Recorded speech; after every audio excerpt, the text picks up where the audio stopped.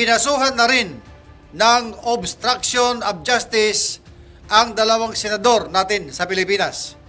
Si Senator Alan Peter Cayetano, Senator Robin Padilla, at ang dating Sergeant at Arms ng Senado na si Sergeant at Arms Mau Aplaska.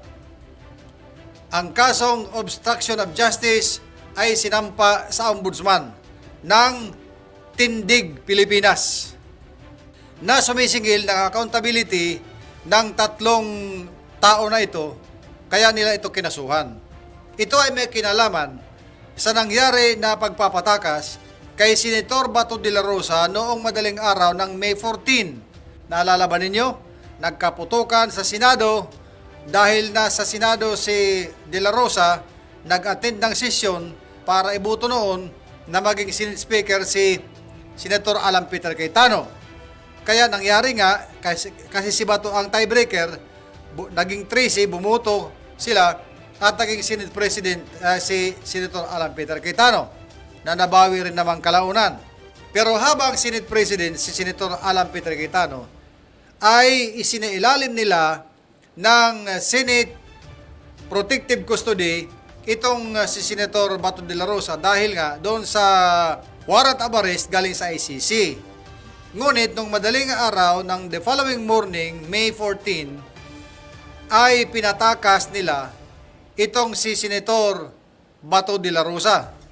Ay before that pala. Bago yun. So habang nasa under protective custody nung May 13, si Senator Bato de la Rosa, nagkaroon ng drama sa Senado. Nagkaputukan. Nagkaratratan doon na gumimbal sa mga tao na nandoon. At kaya lumabas yung salita na the Senate was under attack. Sabi pa nga ni dating Senate President Alan Peter Cayetano. Pagkatapos ng putukan, noong May 14 ng madaling araw, doon na pinatakas si Senator Bato de la Rosa. At sino ang nagpatakas? Kasabay na tumalis gamit ang kanyang sasakyan mismo. Walang iba yon. Kitang-kita sa CCTV na si Senator Robin Padilla. Sino naman yung leader ng Sergeant at Arms Office noon na may hawak-hawak na nagpaputok ng mahabang baril? Yun ay si Sergeant at Arms Mau Aplaska.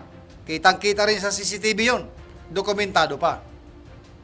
Kaya itong tatlong ito, Senator Peter Alan Cayetano, Senator Robin Padilla, at Sergeant at Arms Mau Aplaska ay binigyan ng 15 days.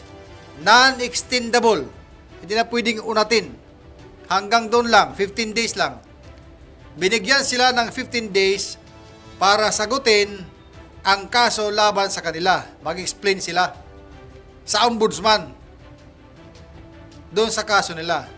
Ngayon, yung 15 days ay magsisimula or nagsimula ng pizza kung kailan nila na-receive yung notice. Ang nakita ko dito, base sa dokumento, ay kung kailan ginawa ng Ombudsman ang order para sa dalawang senador at kay Aplaska na magsubiti ng kanilang written explanation. June 23, nag-order ang Ombudsman. At agad-agad, siyempre yon idadalhin sa Senado, isi-serve sa kanila, nang sa ganon, sa loob ng 15 days, kung kailan nila na-receive yung notice, doon sila magsisimula magbilang 15 days na kailangan lang sumagot. Kung hindi sila sasagot, ibang usapan yon. Pero kailangan talaga nilang sumagot. At pagkatapos nilang sumagot, siyempre lalabas na naman ang balita kung ano ang susunod na gagawin ng Ombudsman base doon sa evaluation ng sagot ng tatlong mga akusado. At yon ay aabangan uli natin. Kaya tutok lang kayo dito sa Radyo Avantis JTV at abang-abang tayo. Aabangan natin ang mga update sa mga balitang yan at agad-agad na ating i-report sa inyo.